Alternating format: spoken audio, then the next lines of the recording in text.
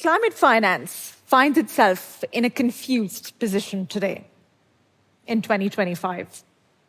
It is viewed as insufficient by many, as a niche by mainstream finance, and as elusive by everyone else. And yet, financing a clean growth economy relies entirely on the real money. Today, we are investing a little over $1 trillion every year globally in the energy transition. By our best estimates, we need that number to rise to $3.5 trillion every year between now and 2050. Why is there a gap? As a financier and an investor myself, I've been at the heart of how financial institutions and institutional investors, including sovereign wealth funds, asset managers, asset owners, and banks, think and act on the clean energy transition. And I believe there is one major fault line in global climate finance.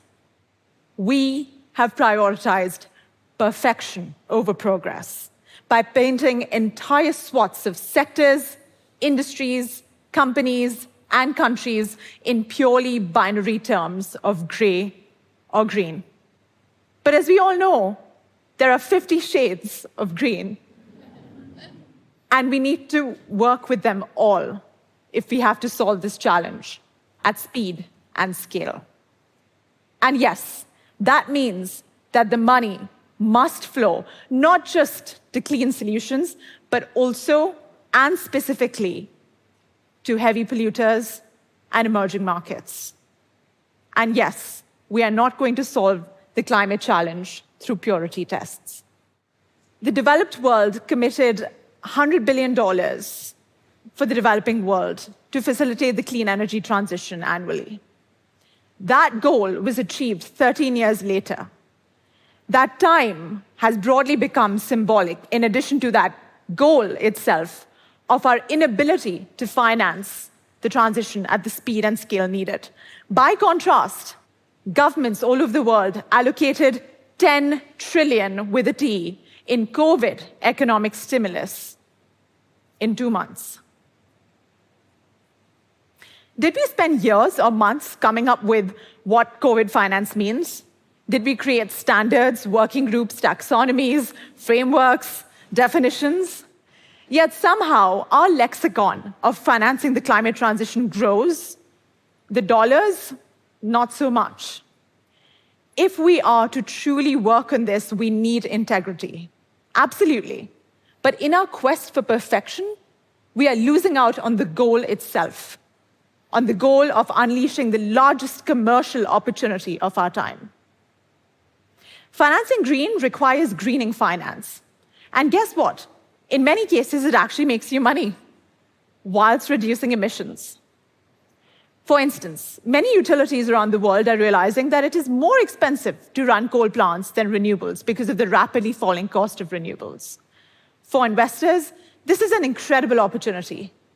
By buying up some of those coal plants and developing a strategy for an accelerated phase-out, investors have the opportunity to not just generate an attractive return, they can also reduce emissions as well as reduce costs for tax for ratepayers.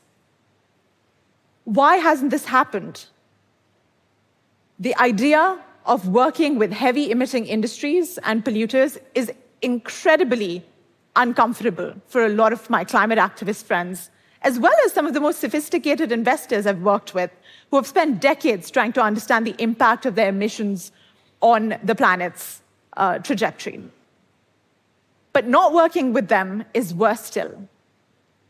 Let me walk you through a concrete example, although I'll talk about steel. Imagine you are the CEO of a steel company in India.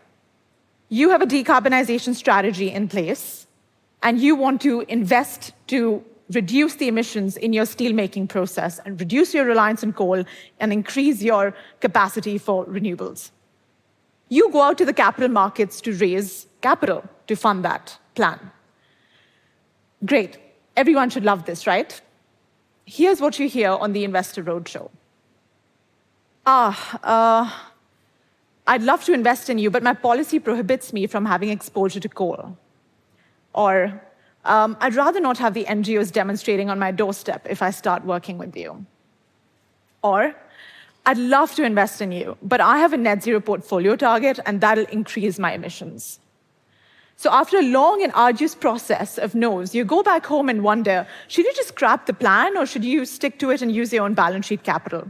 You stick it through, and then you go to your shareholders for approval to allocate the capex. But your shareholders are not happy because that affects their dividend. Congratulations. You've officially found yourself in a transition trap. You want to transition, but your hands are tied. So as investors and financiers, this dynamic of potentially starving companies of capital is likely to put them back into their status quo, or worse still, put them into the hands of investors who don't really care about the climate. So how do we prioritize progress over perfection? By building trust. Because trust, and I say this as a financier, trust and not capital is the key currency for the energy transition. We need to put trust back on the climate finance term sheet, and we can do that by mobilizing finance with less strings attached. As an example, in the recent past, several countries, including major economies, have refused financing packages on clean energy transition offered by several countries in the global north, because they're concerned that they're being asked to commit to goals in exchange for capital that may at best come in a trickle, or at worst increase national debt levels. That erodes trust. So if we are to truly crack global climate finance partnerships for the South, we need to make it easier and faster for entrepreneurs and those countries to access that capital.